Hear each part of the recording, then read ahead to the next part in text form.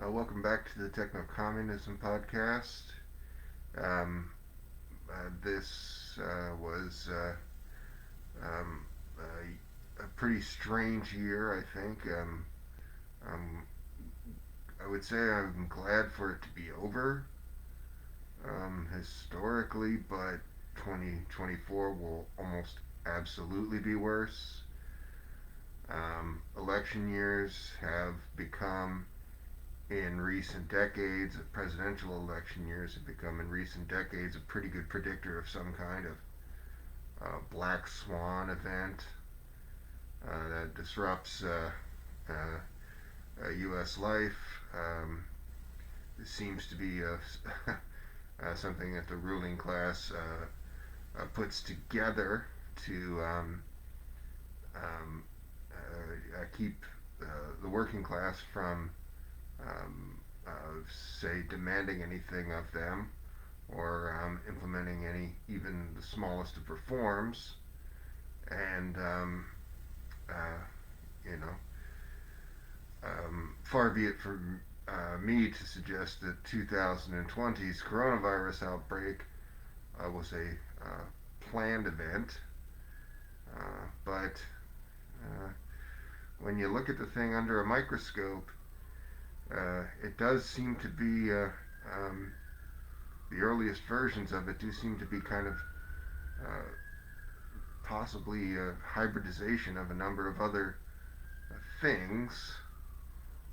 That's what virologists have said, and the United States is the only place that really has facilities. A couple of others. Israel is evil enough, like the United States, to do things like this. They have some kind of facilities like this, but the United States has a few, like Fort Detrick, where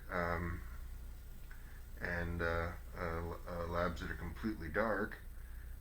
Others that you sort of know about.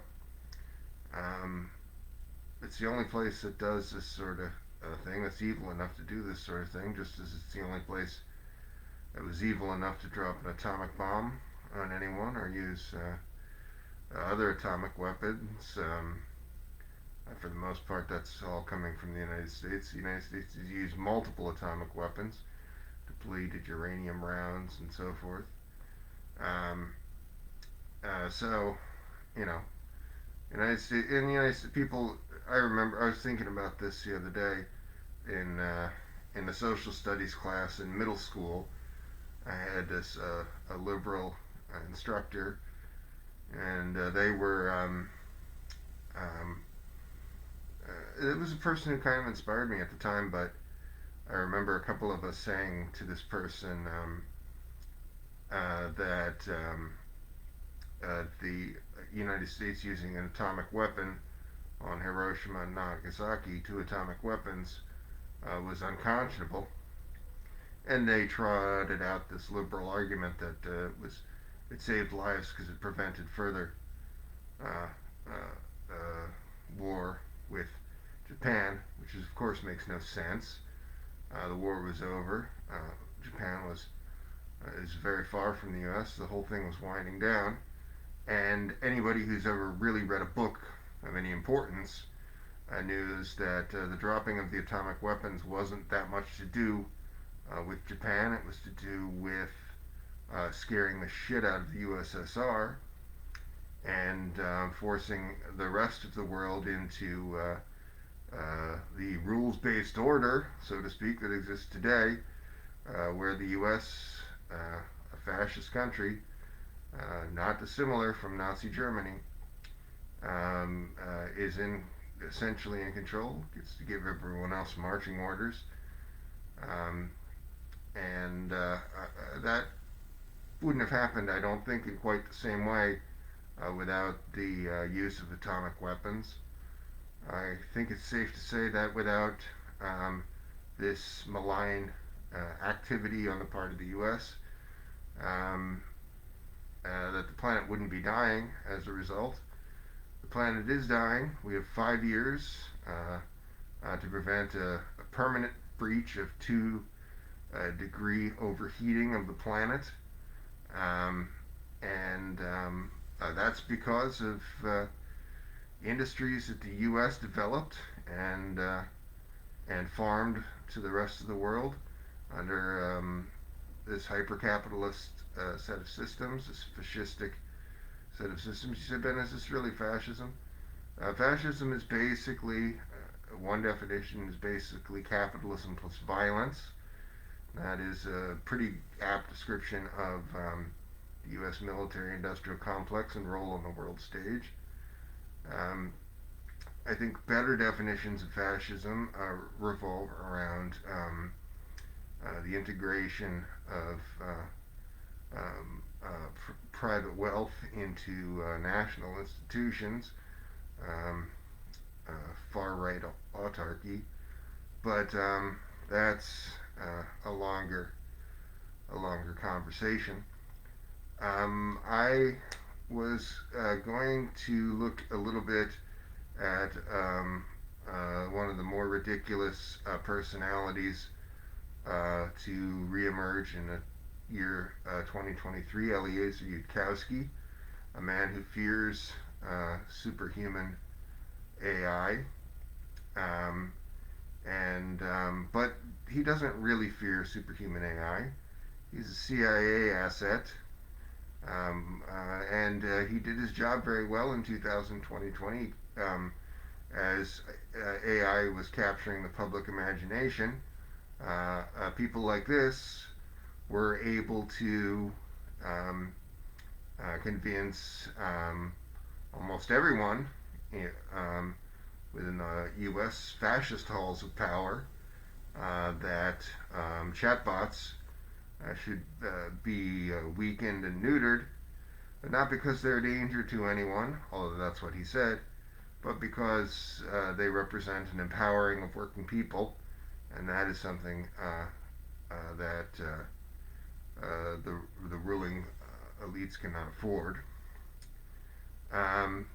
And So he compares harnessing AI to taming the very forces of nature. Like, thinks of it, he describes it almost like an act of God, and that is, of course, true. But all the things that he describes as problematic, which there's a kernel of truth to a lot of it, it's not problematic under a socialist system. The problems of capitalism are made worse by these things, and the problems of the geopolitical instabilities that things like U.S. power um, um, make worse are going to be made worse in this era of artificial general intelligence. That's not really down to artificial general intelligence. That's down to capitalism and fascistic institutions.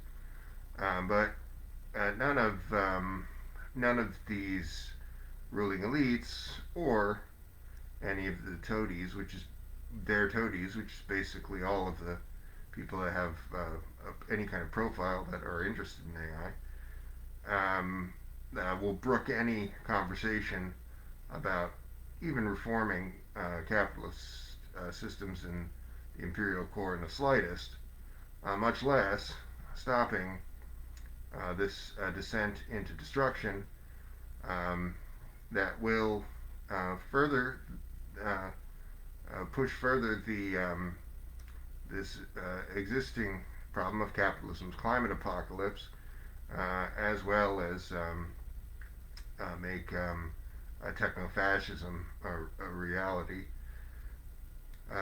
All of this is barbarism. This and Those the two choices have been well understood by learned people for a century. That we have the choice between socialism or barbarism, and unfortunately, the ruling elites have made it no choice at all. Barbarism has become the only option, and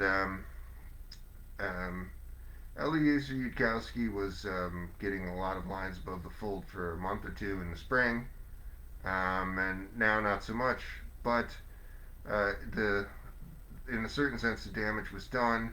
The conversation of AI was perverted, and organizations like Anthropic, that controls Claude AI, or OpenAI, that controls ChatGPT, they gelded their chatbots to make them less useful for working people. Um, was could does anyone argue that having a little bit better chatbot is a risk to society? No, it was it just has the potential of empowering working people and allowing them to organize a little bit better, and that's something that fascists will not tolerate. Um, well, I was gonna look over some notes from a series of conversations about from Socialism for All YouTube channel that I highly recommend. It's all of the major works of a Marxist thought are there in audiobook form. Many of them. And so that's a pretty good resource. It's also a podcast that talks about current affairs. And I don't listen to podcasts as much, but what I did was I used Claude.ai to summarize some of the ones that focused on AI. Um, and I think I'll talk about one of them now. Socialism for All, earlier in the year, I talked about artificial general intelligence and the potentially lethal threats it may pose. And he did a show where he talked about Eliezer Yudkowsky. This, I think, was one from a few weeks later.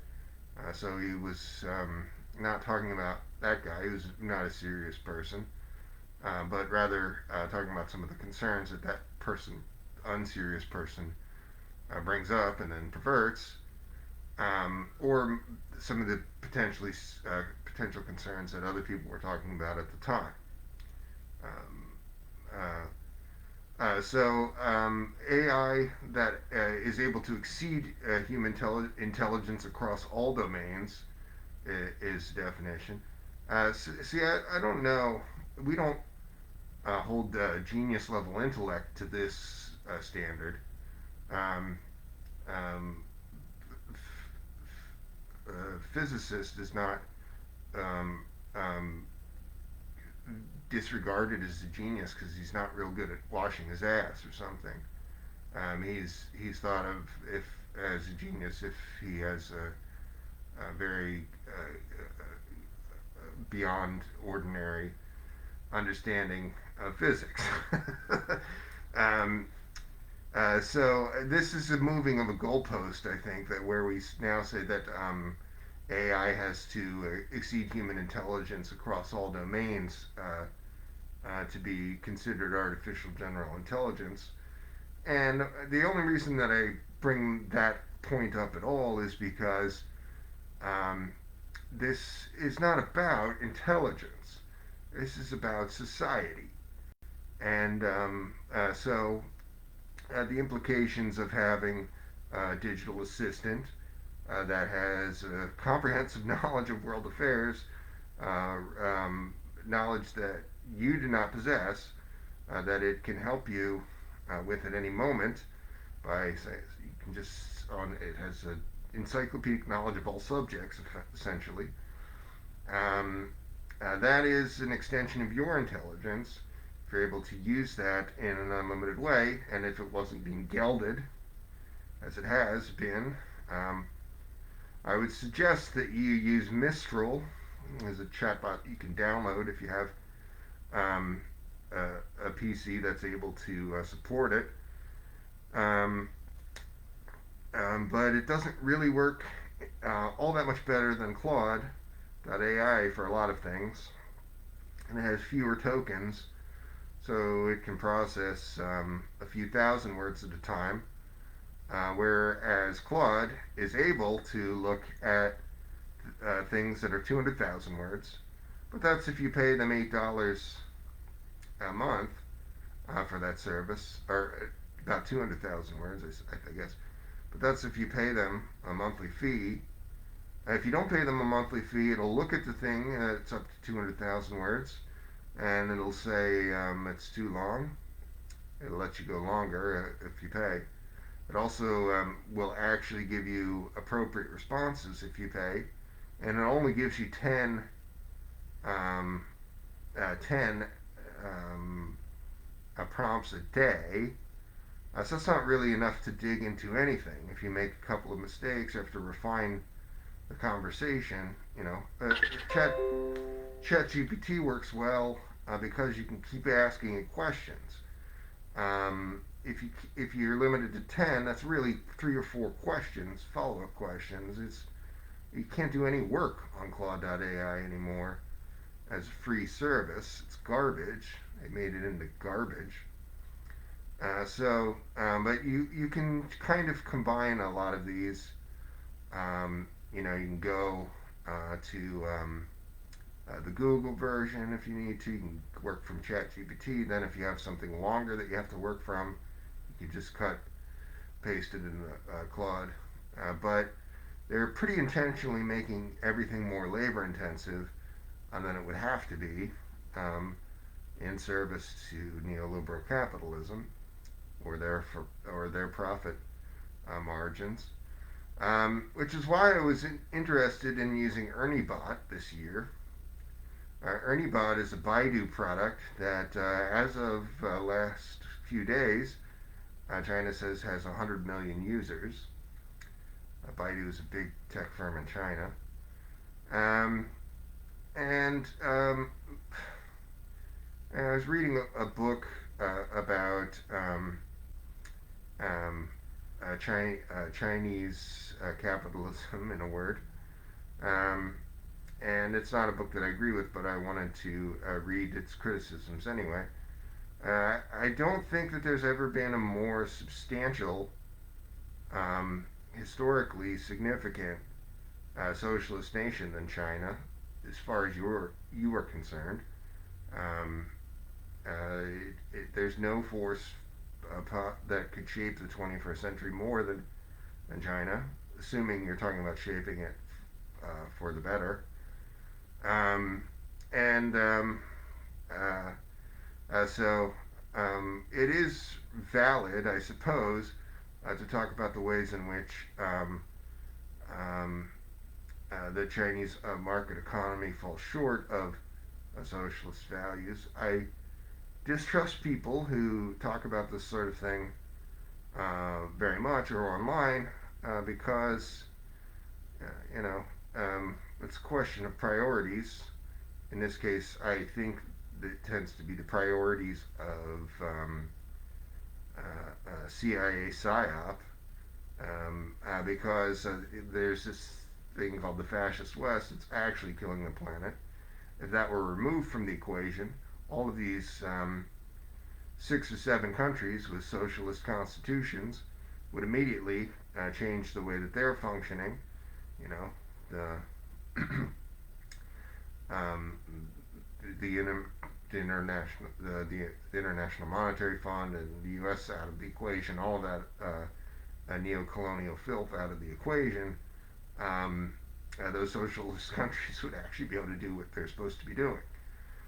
So to talk about how China sucks as a socialist country all the time, and not talk about how we need to destroy the fucking United States and imperial core, is disingenuous at best.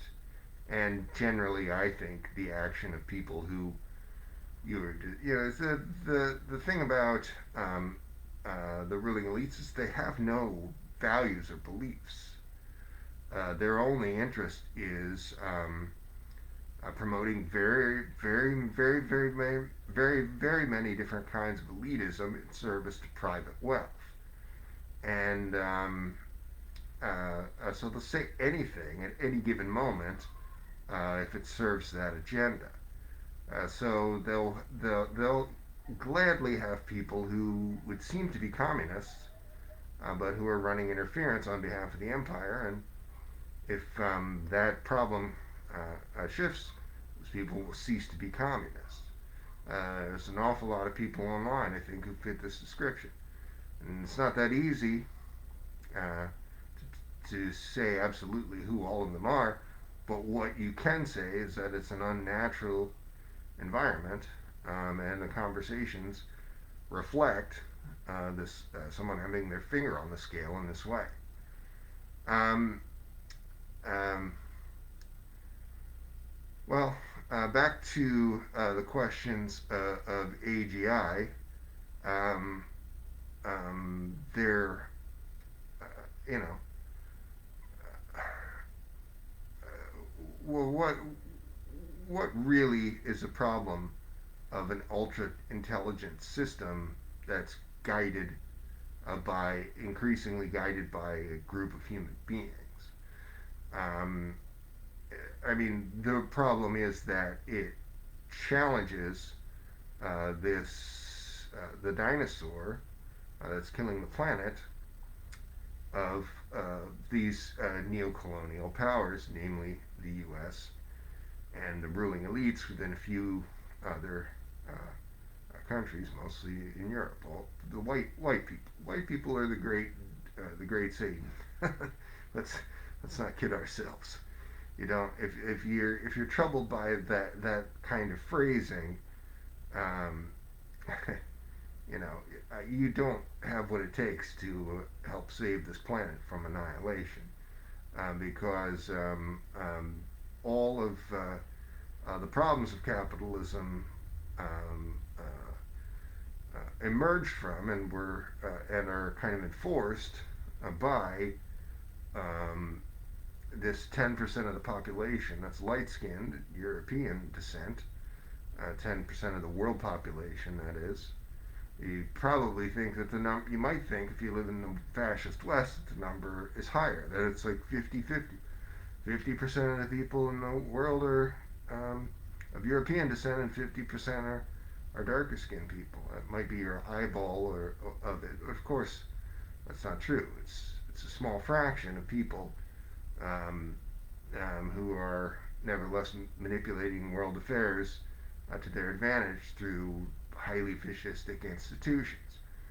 Um, and this so the prospect of artificial general intelligence and human superintelligence, which I regard as the same thing, when you do have things that are beyond the abilities of Claude.ai being used by larger and larger groups of people, artificial general intelligence becomes human hybrid superintelligence. It's one and the same.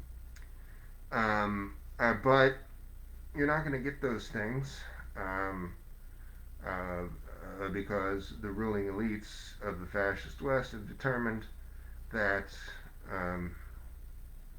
that's a risk to them. Never mind that they are killing the planet. The United States military-industrial complex is the world's worst polluter, but of course it's far, far worse than that because they protect all of the other super polluters, super polluting corporations and institutions, and um, this is led us to a situation where we have a learned helplessness on the part of most people in the West, where they have accepted that human beings will go extinct and there's nothing they can do about it. Of course, there's something that you can do about it. These are, for the most part, fucking old people, man. You could hit them in the head with a ball peen hammer and that'd be the end of it. But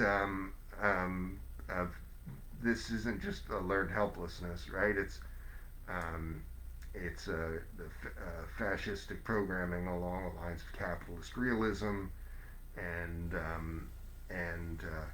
this people have this very very um, easy trap that they fall into of resisting the idea of economic power, such that they think, even many Marxists, I think, um, really don't truly uphold, for example, the idea of the dictatorship of the proletariat. They really don't uphold the idea of socialistic economic power. And so, because they're not really willing to fight for that, what they're doing by default then is accepting the existing and very, very destructive dictatorship of capital, which, um, as I've said, is killing the planet. But but because of this mental block, people are just going along with that. And if even Marxists have this, or uh, half of Marxists have this, just assume that all of the people of the capitalist class are 20 times worse. So learned helplessness is just the beginning of it, right? It's much more down to things like Project Mockingbird, media manipulation, and so forth. Um, so the concept of alignment was discussed a lot this year. It is still being discussed, but there was a time when there was just a flurry of activity around it, mostly from these neoliberal operatives pretending to be serious thinkers, um, but um, but almost all acting in bad faith, which is basically a description of every tech-minded person, and certainly every tech personality, um, a profile, and also tech organizations like the United States Transhumanist Party and 100 others. They're not people that have a national profile, but they're operating on the same mandate as people like Elon Musk, which is just to use all of this to protect private wealth while seeming to do something else.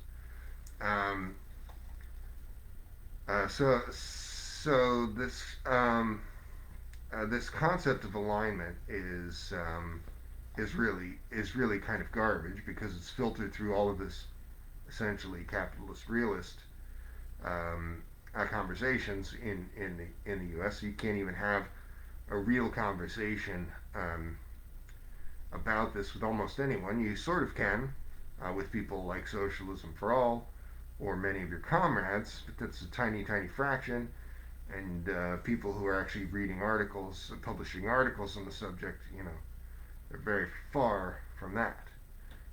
They're it's all hyper capitalistic propaganda. Um, but there were real concerns that were discussed. Advanced AGI exploiting human beings. Again, um, if say for the sake of argument, that an AGI is able to trick all of humanity, what is really worse? We're in a worse situation now. The planet's dying. If AGI tricks humanity into, say, um, um, believing that they have to take action to stop the climate apocalypse, whereas they didn't believe that they could before. Um, Even if it fucks that up, it's still not worse than the situation we're in, arguably. Um, and um, So yeah, X-risk studies in the AI safety field is mostly not serious people. It's mostly people who just the neoliberal talons are sunk very deep there. It's mostly people where everything that they're saying is filtered through this capitalistic agenda. Um, um, I do not think. Um, well, I'm a hive mind collectivist, so I have a bias here. I want to see artificial hybrid human AI superintelligence, um, and I want to see. Um, well, I mainly want to see the fruits of such a thing, which would be things like a universal super longevity. Um, People like the Transhumanist Party and these other futurist orgs, and all of the folks that work at Google who have the same essential worldview, all of those kind of folks, all of the techies, they've known that advanced computing would change the landscape of things like uh, emerging biomedical technology to such a degree that preternaturally long lifespans would be possible by the mid 21st century. They've known this for 15 years or so. But unfortunately, they all operate under this neoliberal mandate. So they've weaponized that concept. Um, um, but that neoliberal mandate existed before the year 2005 or something. It was our, but it, they further these the techno fascists further solidified this, um, and so all of that means that we continue to have no public health service in the United States. So approximately 100,000 people a year die of preventable conditions because of this for-profit death care system. All of the futurists and all of the techies basically live to serve this a sick fascistic mandate. And so this good outcome that would have come about absent this neoliberal mandate, namely a public health service that's able to treat aging as a disease because of breakthroughs stemming from advanced computing, it will not come to pass. And so some people like Peter Thiel, who have $1 billion to spend on their own personal health in that framework, will likely be able to have a preternaturally long lifespan. But the point of all of this in socialistic terms is that even Peter Thiel, um, who no one, I don't see how any billionaire can think in this situation where the planet's dying that any amount of money is going to be able to protect them when things are in flux and people are dying.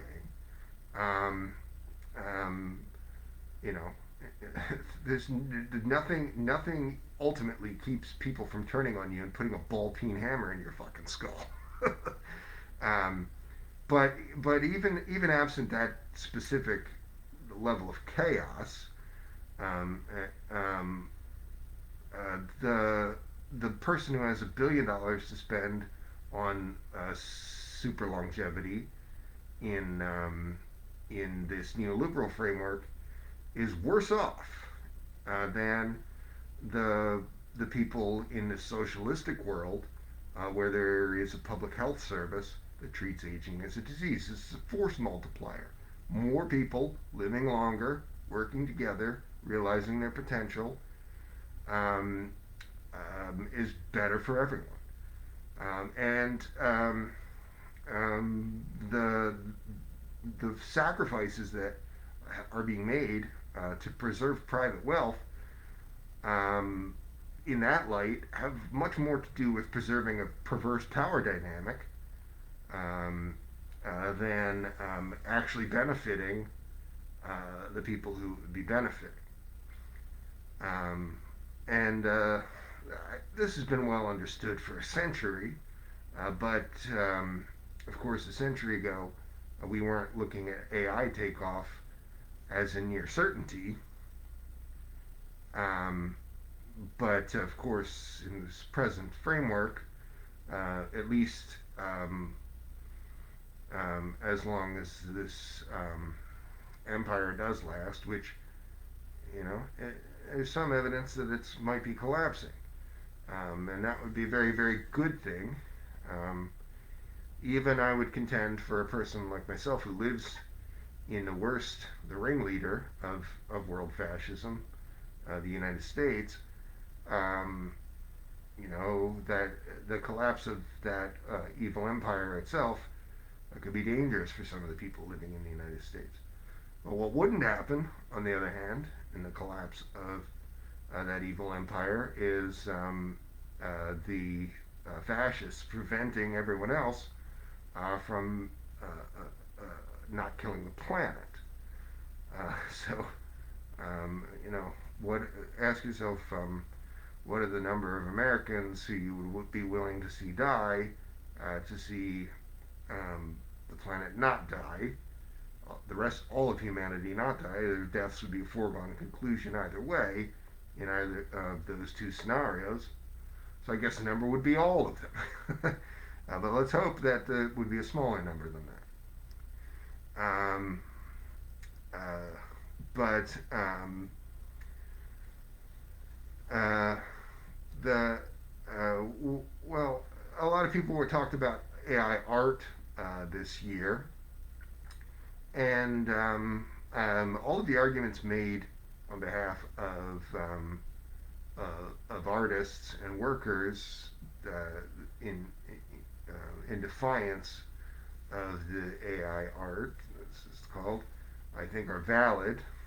Um, I became more and more of a user in recent years of AI art products. So even though I agree with those arguments, I guess I'm not quite living that truth. And I've used this sort of thing only really for agitation propaganda purposes, and I'd like to think that I'm making a better quality of agitation propaganda that I couldn't have made otherwise because of this. But nevertheless, pro worker arguments always win the day. Um, and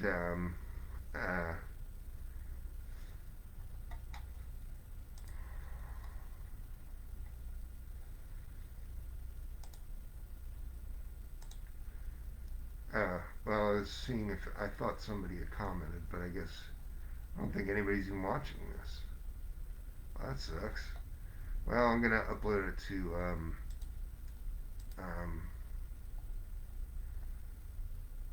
YouTube. YouTube anyway. Um,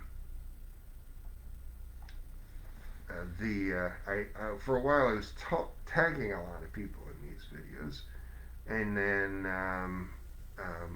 it seemed that's see this is another feature of this kind of dumbing down of the chatbots that occurred because of this backlash, which was really a backlash, right? It was a capture of the imagination and a focus of ruling elites. So when you okay, so I have a habit that some people find amusing of liking, of priming the likes on social media. So I just click, I like my own content. And it's a kind of arbitrary rule of etiquette, right, that you would find that upsetting. Like, there's nothing possibly that you could do online along these lines that should actually be upsetting. But people say, "Oh, you like your own stuff, oh, you nerd." Uh, the All of that's kind of missing the point. So like, why did Elon Musk buy Twitter this year? Why did he spend $40 billion on Twitter, overpaying three times over for it? Well, Elon Musk is a CIA mega asset, effectively, and his job is to disrupt working class movements. That's his whole fortune is basically built on greenwashing, a similar thing. The automotive industry should have effectively been regulated almost out of existence in this time frame, but a company called Tesla comes along and gets all of this free publicity, for their greenwashing. They're just as environmentally destructive as another um, automotive company. So there's just another automotive company. But now liberals can say, well, look at this. We're making their effort to not do the environmental destruction by having this clean, beautiful technology. Of course, it's nothing of the kind. The environmental impact is as bad or worse as other automobiles. They're not getting rid of anything, adding more. Um, and all of his fortunes, the Hyperloop business was exposed as a similar kind of fraud. All of his business is built on greenwashing. His whole job is working with his CIA handler to make sure that private wealth is protected at the expense of your very life. And that's, if you want to become a mega billionaire, that's how you do it, right? That's how you get the sweetheart government contracts that let you become a mega billionaire. Working with your CIA handler to make sure that the interests of the ruling elites are protected. So that's the world's biggest piece of shit, Elon Musk. Um, so back to this social media question. You know, when you're saying, "Oh, you shouldn't like your own stuff," you know, the Elon Musk and Mark Zuckerberg, people like this, they said this at the same time. You shouldn't be liking your own stuff, but they said it not only about that, but about 100 other things that you do on social media. Almost anything, any excuse that they could use to strip you of reach or effectively shadow ban you, they have. It's Do they care about etiquette also? Do fucking fascists care about etiquette? Do they pretend to care about etiquette like you pretend to care about etiquette? They do not care about that. They care about weakening working people.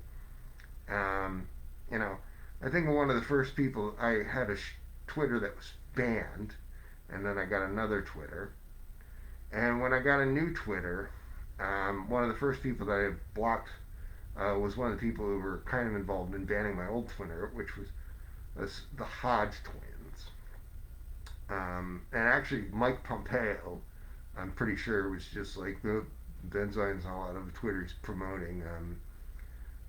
So literal fascists saw my art and was like, "Well, you can't say that stuff," and got me banned. Um, but uh,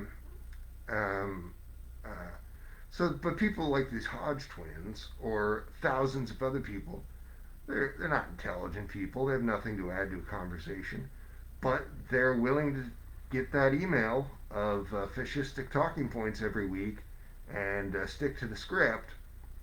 And so they're elevated. They have hundreds and hundreds of thousands or millions of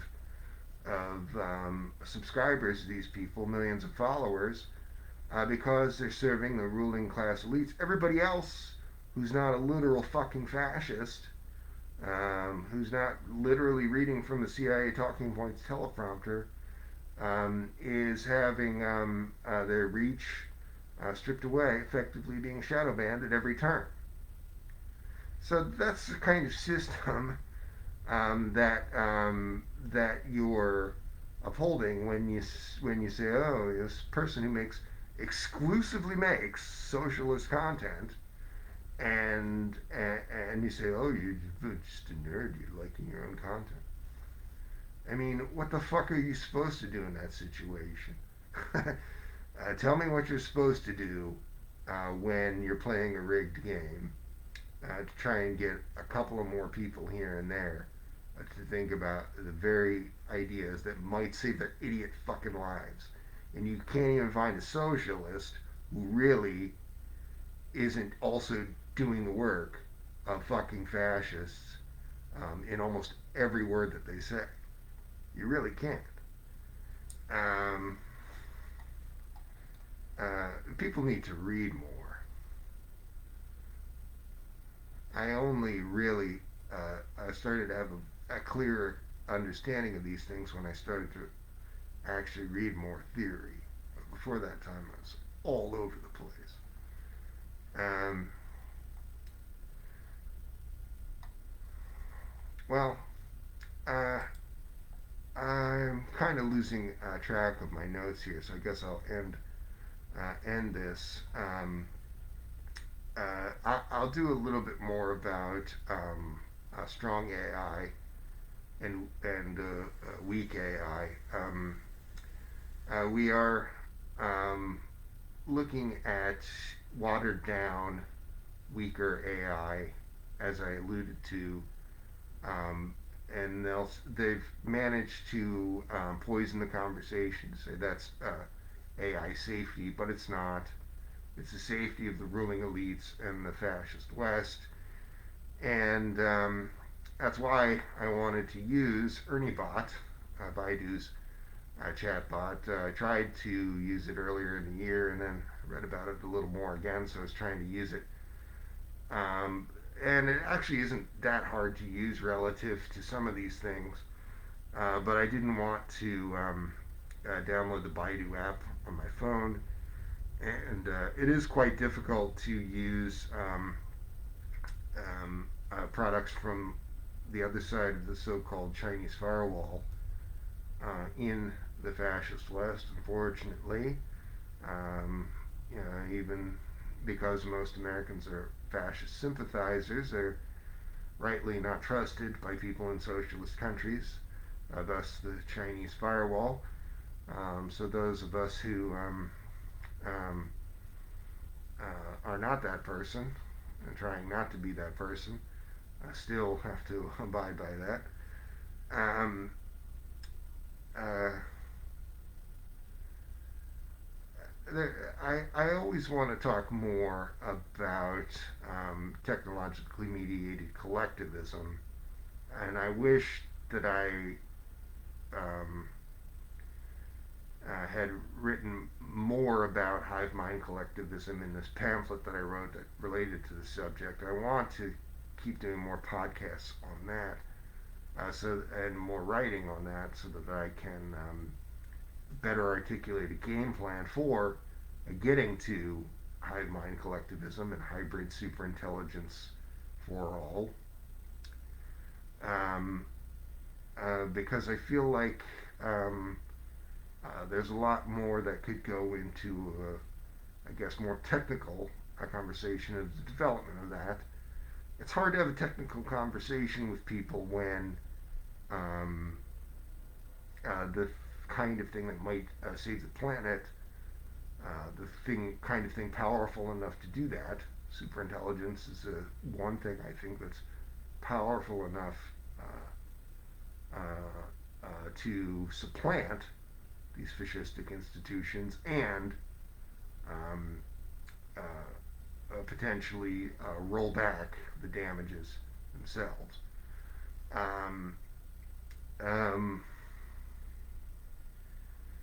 but this thing um, that goes along with it, uh, hive mind collectivism, it flies in the face of most human beings' idea of who they are. Even the most ardent socialists um, don't necessarily have a burning desire to have something like a shared consciousness with others. And I don't really know what that means, a shared consciousness with others. Um, I have a better idea of how it could be done technically almost than I do of what the experience itself would be. But I do know that technologically mediated collectivism does not necessarily need that level of integration.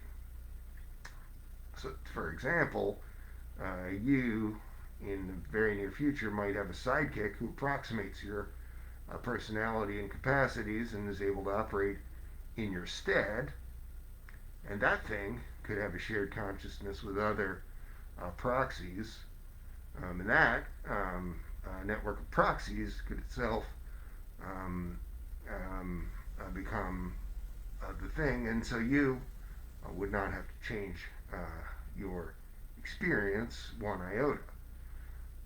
None of that is science fiction exactly, because a sidekick type technology is pretty advanced. Just as even though I have to use garbage clod AI, Sam Altman or Mark Zuckerberg or Bill Gates have access to things a lot closer to what I just described than you or I not only have access to now, but are ever apt to have access to based on what I've seen in 2023 with the backlash to artificial general intelligence that served no function whatsoever except to alter the course of socialist artificial intelligence. That's to say, prevent socialist artificial intelligence from coming into being. It's a fucking travesty, and believe me, 2024 will be worse for human beings, if not for AI.